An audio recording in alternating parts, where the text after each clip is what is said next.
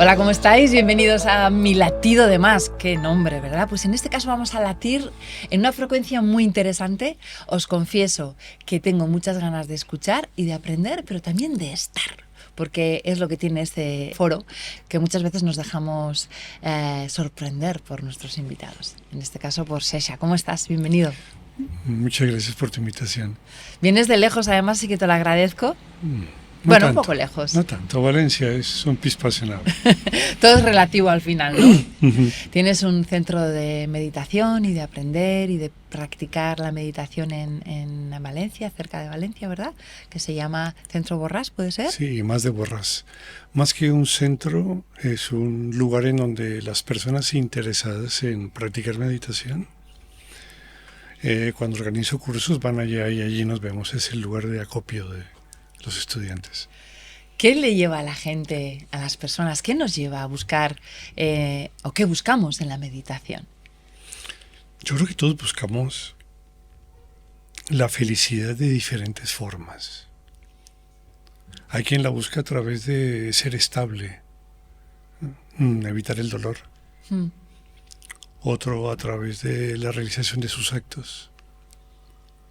Pero sea lo que hagas, sin importar por dónde vayas, siempre falta un centavo para el euro.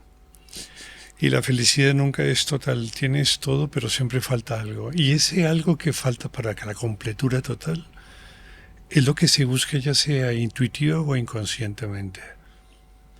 Y mucha de esa solución está a través de una serie de ideas, una serie de conceptos, una realidad paralela a la que llamamos metafísica, a la que llamamos misticismo o a la que llamamos meditación, que proclama la posibilidad de que haya algo que verdaderamente sea por sí mismo completo y estable. Y por ser hijos de aquello, pues creemos que también nosotros lo poseemos. Y eso es lo que se busca, yo creo. Antes te comentaba, bueno, tienes formaciones o retiros muy intensivos y me comentabas, sí, pero ya tiene que ser para el que ya tiene un camino hecho, ¿no? Porque todo tiene su proceso y todo es adaptarse a un nuevo paradigma también, ¿no? Sí. Mira, la práctica meditativa que enseño se basamenta en que la atención se deposite sin intermediario en la atención misma.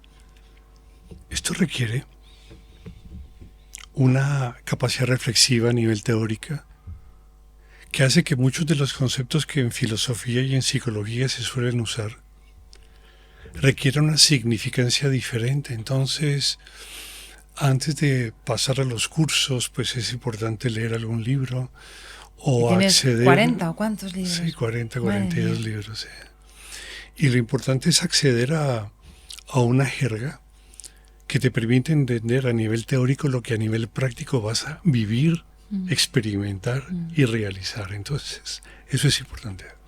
También el concepto, ¿no? De todo tiene un porqué y un para qué también. Sí, sí. Nosotros trabajamos básicamente con el concepto de atención, Anne. El concepto de la atención, a diferencia de muchos otros sistemas que se basan es en el comportamiento, en la ética y en la moral, como desarrollo eventual de lo que es la virtud o lo que es el bienestar. Para nosotros es importante la atención porque dependiendo de cómo la atención se module, cómo la atención se coloque, cuando percibes un objeto cualquiera, ese objeto cobra una consistencia totalmente diferente y la relación que se hace entre quien conoce y lo conocido se modifica. En Occidente se estudian básicamente dos estados de conciencia, vigilia y sueño. En Oriente, que tiene una experiencia de milenios sobre la naturaleza de la mente, se analizan según algunas escuelas hasta 5 estados de conciencia. Entonces, dependiendo cómo tú modules la atención, puedes obtener una expresión y un aprendizaje totalmente diferente de aquello que conoces. Y esa ventaja inmensa que nos lleva a poder conocer aquello que es la causa sin causa de las cosas, se da a través justamente de esa búsqueda, mediante situar la atención bajo prototipos y bajo cánones especiales.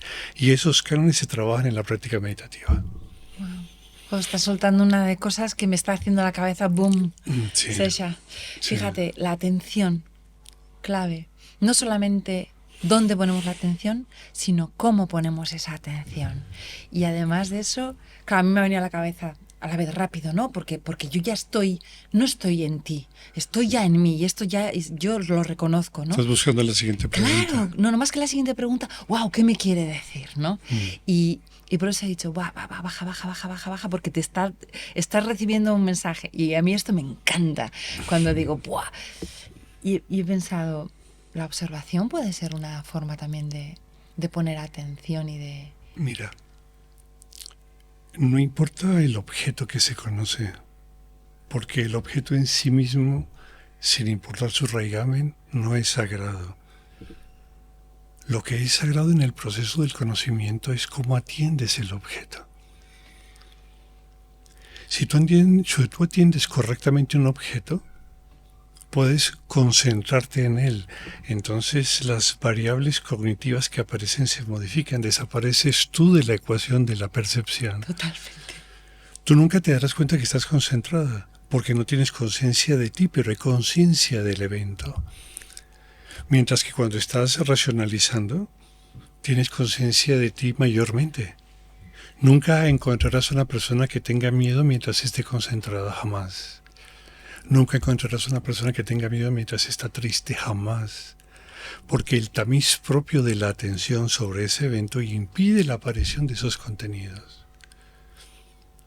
Y ahí entonces que en la atención existe un propuesto, inclusive más allá de la concentración. Y es que eres capaz no solamente de percibir el objeto, eres capaz de ser el objeto y el objeto eres tú. Una simultaneidad sin que se mate a la dualidad, es decir, el objeto sigue existiendo, no hay fusión, hay una simultaneidad de percepción. A esa simultaneidad de percepción en la cognición entre objeto y sujeto le llamamos no dualidad, que es el corolario del pensamiento indio. Es la unicidad. No. ¿No? No porque los dos no se convierten en uno. Okay. Los dos coexisten, pero el cerebro lo representa simultáneamente. Perfecto. Esa representación simultánea de los eventos hace que tú seas aquello que observas y que aquello que observas esté en ti simultáneamente. Esté en ti. A ese mecanismo que todavía no se estudia mucho en Occidente se le llama no dualidad, y es la base esencial de lo que se consigue cuando la atención se deposita en la atención misma. La atención es el objeto de cognición y el perceptor, que es la atención, es el sujeto de lo conocido. Ambos son simultáneos. Entonces emerge una realidad experiencial totalmente diferente. Wow. La percepción del mundo cambia. Te haces a los objetos, pero pierdes las fronteras de los objetos. Los objetos existen. Existe la vida, existe la diferenciación de las cosas. Pero se borran los límites de las cosas mismas. Entonces el perceptor cobra una dimensión diferente sobre aquello que conoce o realiza. Ello es la no dualidad. Buah. Con esto vamos ya para un rato largo, ¿eh? Esto ya por un libro, sí. Madre mía. Háblame del observador. ¿Qué sucede ahí? Hay múltiples observadores. Por ejemplo, ¿tú crees que quien conoce en un sueño es Anne? ¿Eres tú la que se va a un sueño y conoce? ¿Tú qué crees? Desde mi visión, soy yo en el sueño creando una historia. ¿Y la historia que tienes tú en vigilia se repite en sueños? En principio, no. No. No. Entonces, ¿el observador es el mismo si tiene una historia diferente? No puede ser el mismo. Debería, pero claro. Si fuera el mismo, tú entrarías y verías el ingreso del sueño. Y del sueño verías la salida del sueño si hubiera alguien que es único en ambos. Y eso no ocurre. No ocurre. Bien. Ahora hablemos de la concentración. Cuando entras a la concentración, ¿dónde está Anne? Pero cuando sales te recuerdas de ti y aparece Anne. Sí. Y mientras Anne está, ¿dónde se encuentra? En la mente. En algún lugar, pero no tiene conciencia de sí misma. Claro. Bien. Hay una tercera forma que es la Anne que ahora con la que estoy hablando. Es la Anne que raciocina, la Anne emocional, la Anne que tiene una chispa y un charm y un encanto especial para comunicarse. Ese eres tú con tu historia. Ujú. Bien, ¿cuál de las tres eres? Creo que todas, dependiendo de las circunstancias. Pero ninguna se parece a la otra, son observadores diferentes. Puede ser. Pero también se alimentan un poco, ¿no? La una de la otra o no. La una no se encuentra a la otra en ningún sitio de cada una de las experiencias que vive. Claro. ¿Ves lo paradójico de hablar de un testigo, de un observador? Lo bonito es observarlo e identificarlo, ¿no? Tú mayormente observas el mundo a través de Anne.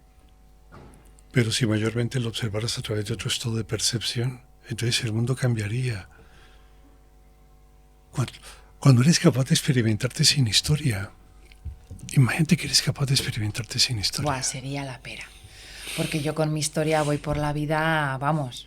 Ya Exacto. me he encargado yo de crear esa identidad. Exactamente. Claro. Esa identidad es la que llamamos yo, Exacto. sujeto, ego. Y ese básicamente es el gran problema que hay en la percepción, la intervención, la inclusión de un elemento que diferencia la cognición. Y todas las prácticas meditativas lo que buscan esencialmente en tradiciones profundas es intentar erradicar esa circunstancia. ¿Y cómo se erradica? Con un tipo de atención especial que se practica a través de la meditación y que se basamenta en lo que se llama el presente, vivir el presente. Sí, porque si estoy en el presente no estoy aferrada a ninguna experiencia pasada, ni siquiera futura. Estoy aquí contigo. Pero puedes responder a través de la creatividad y de la intuición, Sí. cosas que te sobran. Sí. Entonces, ¿para qué preocuparse por tu historia? ¿Para qué preocuparse por qué palabra digo para tú encontrar una palabra adecuada que la compare con algo que sabes? Si al final por intuición y por creatividad vas especialmente a entender qué es lo que está pasando y tu respuesta será tan automática como el latido del corazón. Totalmente. Has dicho la clave, la intuición y el latido del corazón y la presencia. Y cuando fluimos ahí, surgen cosas increíbles, incluso lo que hablábamos de las emociones elevadas, de esa conexión que expande nuestra existencia, nuestro corazón, y estamos conectados, que te puede asustar si no estás acostumbrado, ¿eh? Sí, sí. Hay personas que a veces tienen tal impacto con la sensación de ser todas las cosas por momentos. Cuando, por ejemplo, camina por el bosque o por la montaña y sin saber cómo ni por qué ve una flor, un árbol, el amanecer y nota una impresión diferente, nota un impacto que le llega, que lo transforma y que lo invade y no sabe qué pasa, no sabe qué ocurre. Y lo que no se da cuenta es que es un rapto de intuición que si fuese constante llevaría al ser humano a una trascendencia totalmente incalculable. ¿Tú crees que la vida sabe? ¿Tú crees que esa intuición nos da información que quizá obviamos por no identificarla, no reconocerla? Sí, eso sabe. Eso siempre sabe y sabe más que tú. Eso sabe todas las leyes de la física. Eso sabe todas las leyes de la creatividad. Eso sabe todas las leyes de la intuición. Ello sabe del comienzo de las cosas, del espacio y del tiempo. Ello sabe de todo. Y cuando simplemente entras en la concordancia, en la resonancia a través de una percepción correcta, carente de esfuerzo, carente de yoidad, en un flujo de atención sobre las cosas más nimias y pequeñas de la vida, eres capaz de transformar tu mundo interior porque transformas el mundo exterior cuando lo miras.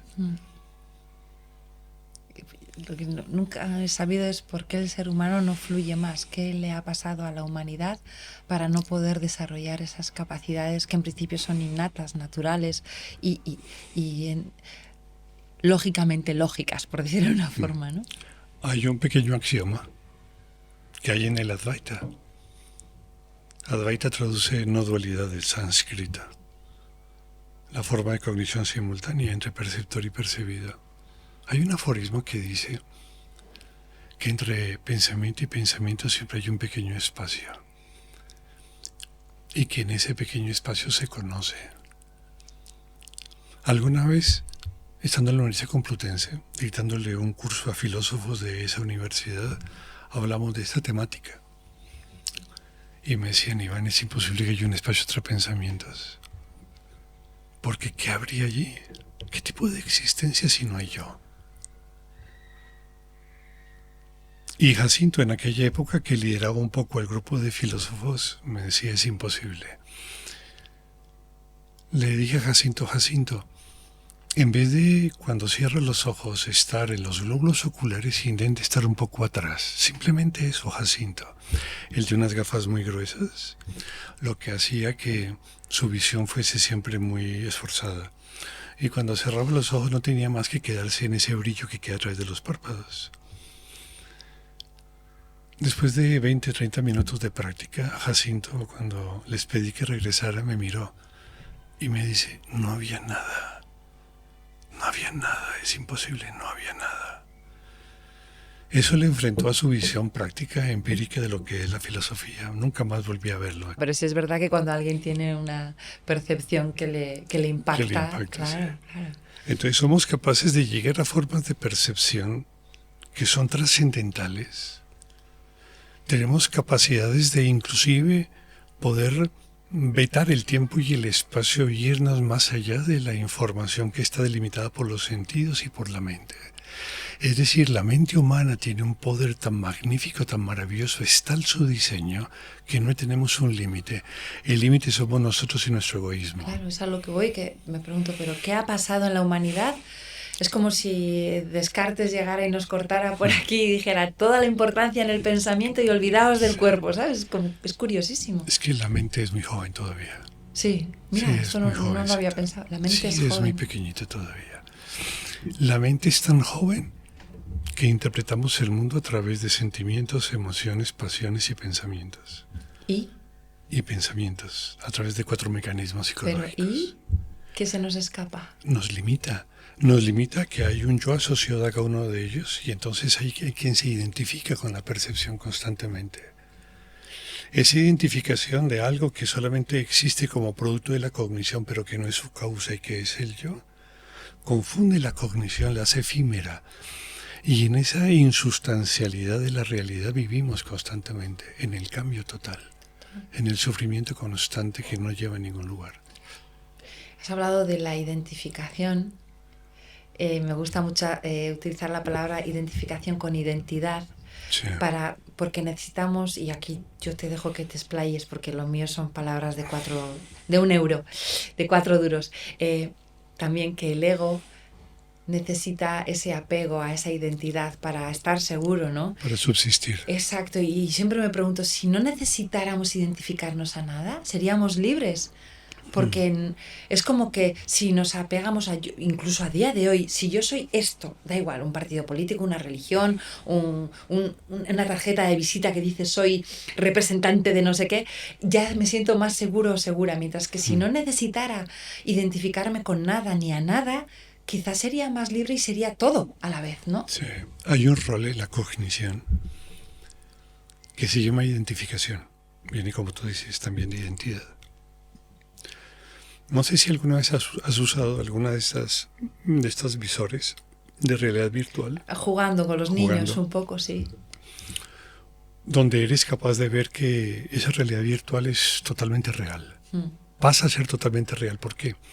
Porque para el cerebro un evento ideal ilumina las mismas zonas de un evento real, material. Entonces, para el cerebro le da lo mismo ver un objeto que recordarlo, se ilumina en los mismos sitios. Entonces, el nivel de realidad que puedes asumir con una cámara de estos tipos o con un visor de estos tipos es total.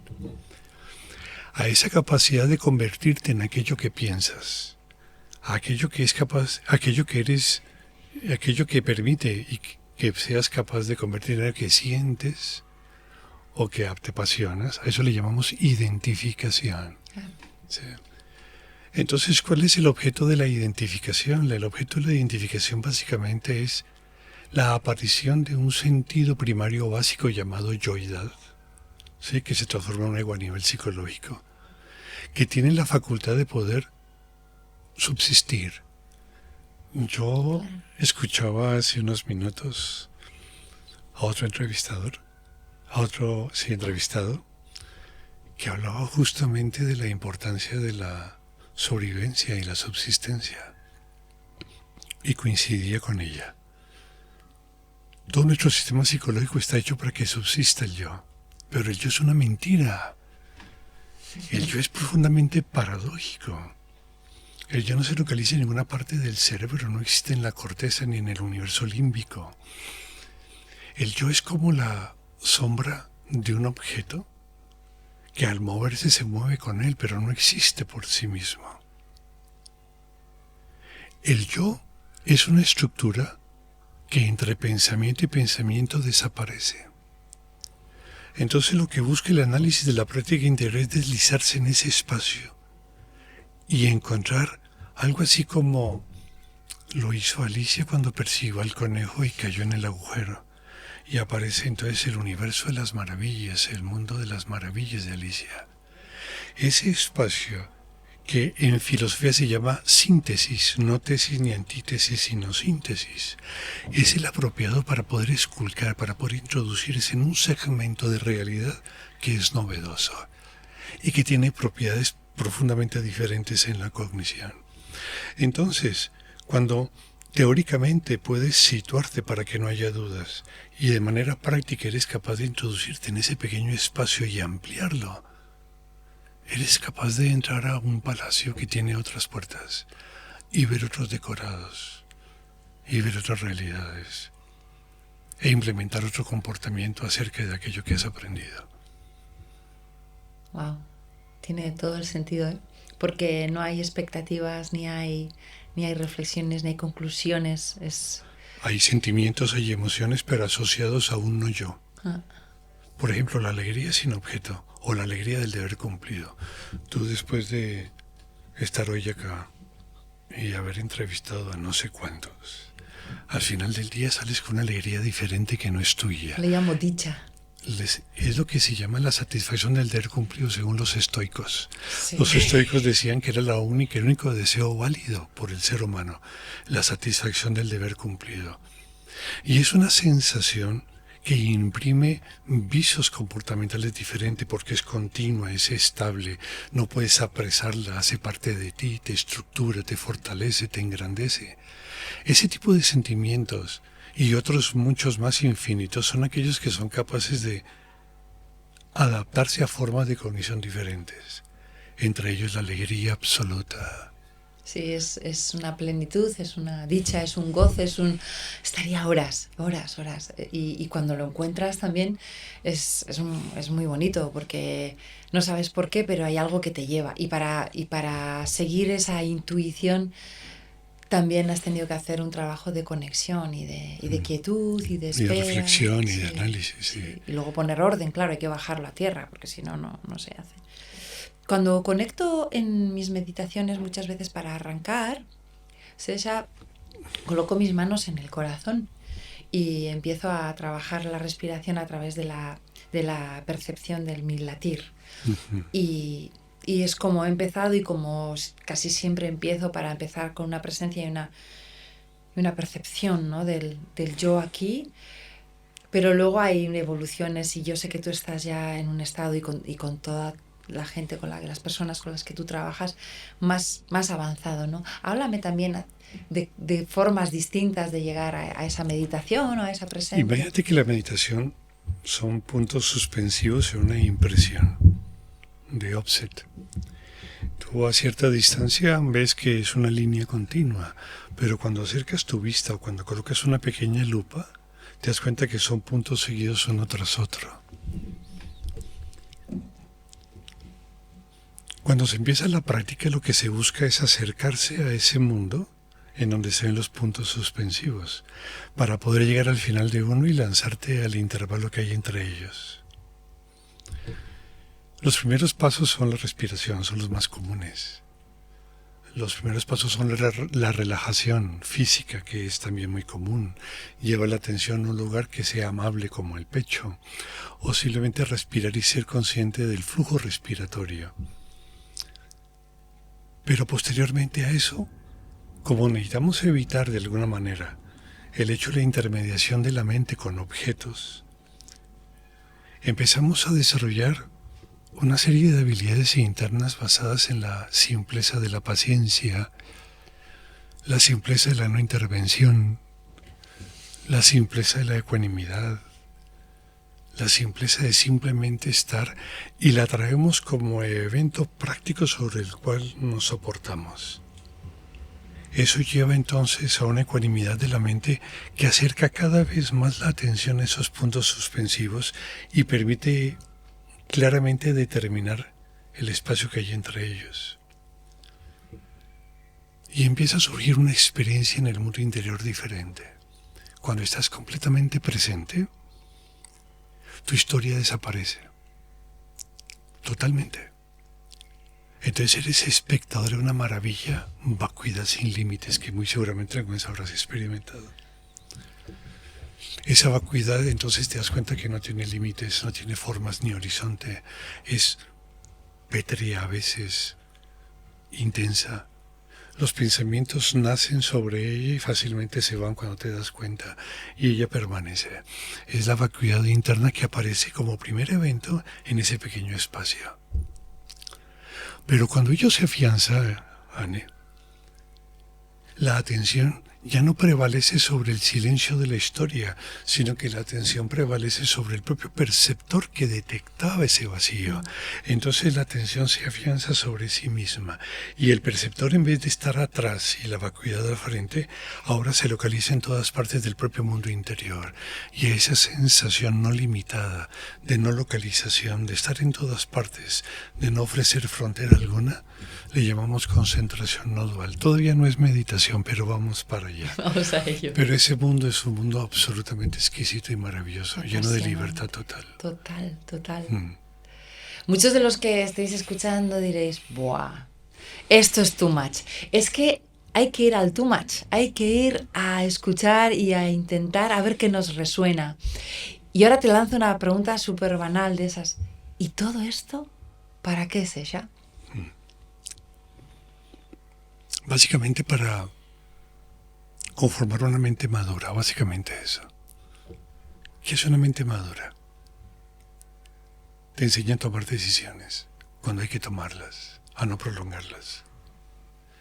La mayor parte del sufrimiento humano se da porque, sabiendo lo que tenemos que hacer, nunca tomamos la decisión correcta en el momento oportuno. Nos permite ser empáticos. Nos permite aprender y tener una capacidad de conocimiento que lleva al desarrollo de la intuición, al desarrollo de la creatividad. Nos permite ver el mundo con amabilidad. Nos permite aceptar las personas como son. Pero nos permite también saber que todo está como debe estar. Y que gracias a que las cosas van como van, todos aprendemos. Y si nos negara muchas veces el dolor, entonces hay cosas que jamás podríamos entender.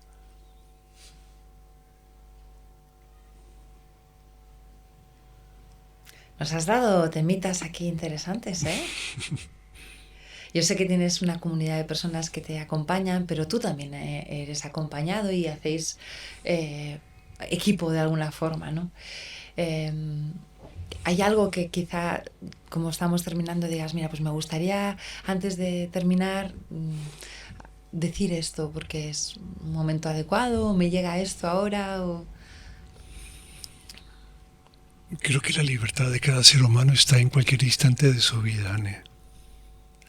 Porque en cualquier instante de su vida hay atención. Y si hay atención, hay una forma de poder acceder a Alicia en el País de las Maravillas. Basta estar un poco atentos y nos concentramos. Basta fluir en la concentración y aparece la no dualidad. El gran secreto de la vida es las experiencias que construyen la vida misma. ¿Has estado a gusto? Sí, mucho. La verdad que estar contigo es muy fácil. Gracias, porque yo también tenía ganas de no tener ninguna expectativa y a ver por dónde salía. Y para mí ha sido un lujo, me lo he permitido porque de verte en la distancia, tenerte cerca y sentirte, pues me lo he permitido y tú me lo has permitido también. Bueno, así que... muchas gracias por tu invitación y espero que este pequeño diálogo le llegue a muchas personas que reflexionen sobre él y que actúen en consecuencia. Seguro que sí. Gracias, ella. Gracias a todos. Aquí nos deja muchas perlitas para pensar o sentir o dejarlo ir.